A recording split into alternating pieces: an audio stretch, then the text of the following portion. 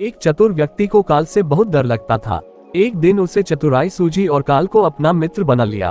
उसने अपने मित्र काल से कहा, मित्र तुम किसी को भी नहीं छोड़ते हो, किसी दिन मुझे भी गाल में धर लोगे।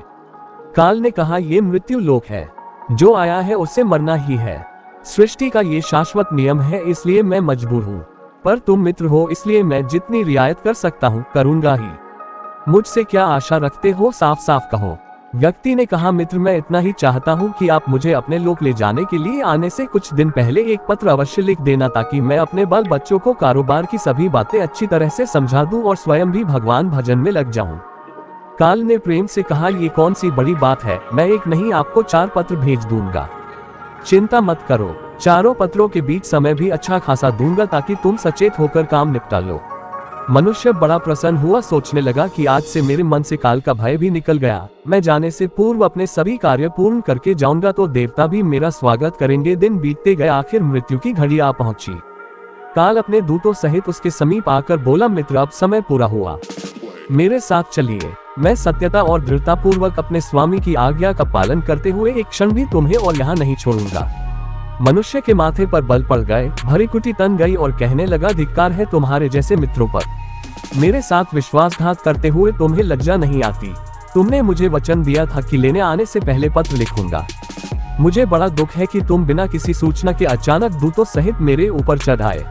मित्रता तो दूर रही, तुमने अपने वचनों को भी नहीं निभाया। काल हंसा और बोला, मित्र इतना झूठ तो न बोलो, मेरे सामने ही मुझे झूठा सिद्ध कर रहे हो।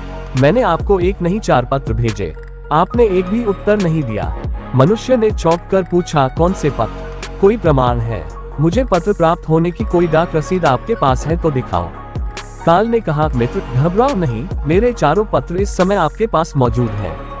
मेरा पहला पत्र आपके सिर पर चढ़कर बोला, आपके काले सुंदर बालों को पकड़कर उन्हें सफेद कर दिया और यह भी कहा कि सावधान हो जाओ, जो करना है कर डालो।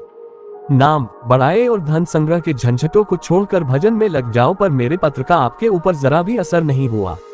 बनावटी रंग लगाकर आपने अपने बालों को फिर से काला कर लिया और पुनः जवान बनने के सपनों में खो गए। आज तक मेरे श्वेत अक्षर आपके सिर पर लिखे हुए हैं। कुछ दिन बाद मैंने दूसरा पत्र आपके नेत्रों के प्रति भेजा। नेत्रों की ज्योति मंद होने लगी, फिर भी आंखों पर मोटे शीशे चढ़ाकर आप जगत को देखने का प्रयत्न करने लगे।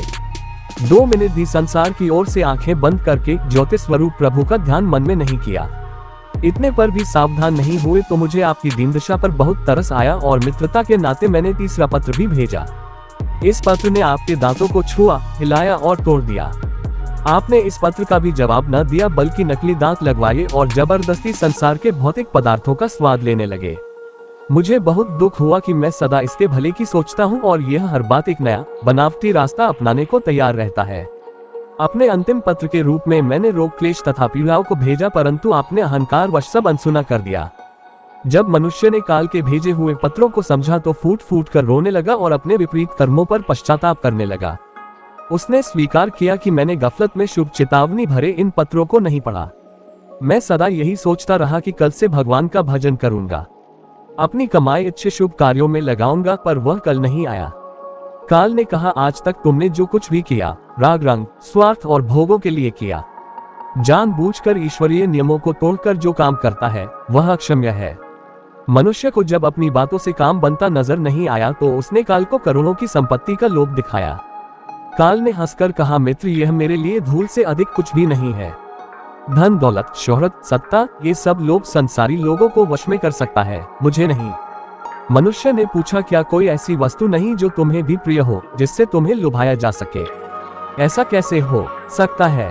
काल ने उत्तर दिया, यदि तुम मुझे लुभाना ही चाहते थे तो सच्चाई और शुभ कर्मों का धन संग्रह करते।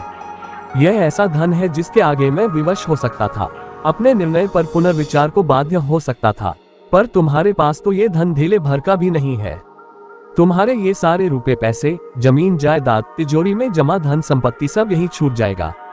मेरे साथ तुम भी उसी प्रकार निवस्त जाओगे जैसे कोई भिखारी की आत्मा जाती है।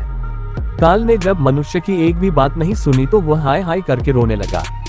सभी संबंधियों को पुकारा, परंतु काल ने उसके प्राण पकड़ लिए और चल पड़ा अपने गंतव्य की ओर। काल ने कितनी बड़ी बात कही।